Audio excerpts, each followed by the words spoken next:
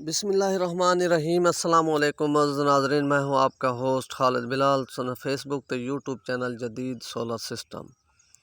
उम्मीद करना कि सारे दोस्त खैरियत नाल होसन ते सोलर दे हवाले नाल अपडेट, क्योंकि सोलर दे रेटां दे विच मुसलसल ऐस्ता कमी आंदी पई है। मजीद भी इस टाइम पोजीशन जिहड़ी बनदी पई है, क्योंकि मौसम बारिशें दे बन चुके हैं, कारोबार थोड़े डाउन हो चुके हैं। मजीद भी फ़िलहाल मंदा लगन दे इम्कान हैं पै सोलर दे, जिहड़ी पोजीशन साडी अपनी राय दे मुताबिक, क्योंकि फ़िलहाल भी रेट जेह्ड़े न अप थिवन दी पोजीशन कोई नहीं नज़रदी पई इस टाइम मार्केट दे विच। तां ऐस्ता मजीद भी डाउन वाले पासे दे इम्कान हैं पे, तो चांस हैं कि आने वाले कुछ दिनां दे विच मजीद कुछ ना कुछ रेट डाउन थी सन। लेकिन मंडी दी जिहड़ी पोजीशन नज़रदी पई इस टाइम, कराची दे जिहड़े रेट हैं वो तकरीबन कोई खास ज़्यादा डाउन थिवन तो रुक चुके हैं, जिहड़ी इन्फॉर्मेशन मिलती पई है। तो मजीद भी इस टाइम जिहड़ी पोजीशन उसी अज जुम्मे दा दिवार क्योंकि गुजर चुके, अज हफ्ते दा दी है पिया, तो रेट मजीद कन्फर्म रेट भी अज शाम तक मिल वैसन। शाम तक मजीद अपडेट थो करे सो। फिलहाल जिहड़ी पोजीशन साकू मिली है तो जुम्मे दी शाम दी उथों नाल शेयर करने। सब तो पहले लॉन्जी हैमो 6 दी इस टाइम जिहड़ी पोजीशन है पई वो 34.5 रुपए पर वाट, और इंदे तो इलावा बाकी है लॉन्जी हैमो 5 उनकी इस टाइम जी पोजीशन है वो है पूरे 34 रुपए पर वाट 555।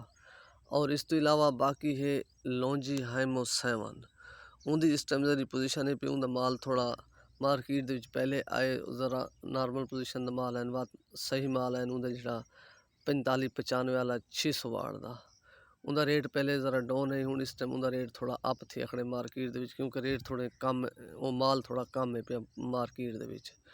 तो और माल कम है पिया वो ज़रा उनकी रिजल्ट है पिया सारे मालों तो अच्छा है पिया हैमो 7 का, तो उनकी वजह तो थोड़ा माल उनका रेट रुपया अप था। उनकी जी इस टाइम पोजीशन पिया 35 रुपये 50 पैसे दी है। और इस तो इलावा बाकी है कनेडियन एन टाइप की पोजीशन है कि वो 34 रुपये 80 पैसे।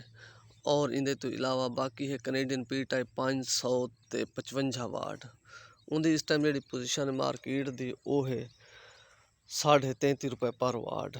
और इस तो इलावा बाकी है जिनको एन टाइप 585 सिंगल गिलास उनकी भी इस टाइम मार्केट की पोजीशन 34.5 रुपये पर वाट। और डबल गिलास जो माल है पिया 20 लैन वाला, क्योंकि हूँ इस टाइम जिनको का 20 लैन वाला माल आना पे, तो उनकी जी पोजीशन है मार्केट की तो वो है 35 रुपये पर वाट।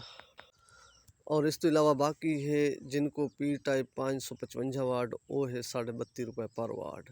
और इस तो इलावा बाकी है जे ए सोलर जे की पोजीशन है कि जो एन टाइप का डबल गिलास माल है पिया 580-85 वाला या 90 वाला उनका 34 रुपये पर वाट। और उनका जो पी टाइप का माल है पिया 555 डबल गिलास वो है पिया 33 रुपये। और जो सिंगल गिलास है पिया 32.5 रुपये पर वाट। और इस तो इलावा बाकी है ट्रीना सोलर ट्रीना की भी पोजीशन में कि उनका भी एन टाइप का जो माल है पिया 34 रुपये। और उनका जो पी टाइप का माल है पिया 32.5 तो 33 रुपये पर वाट।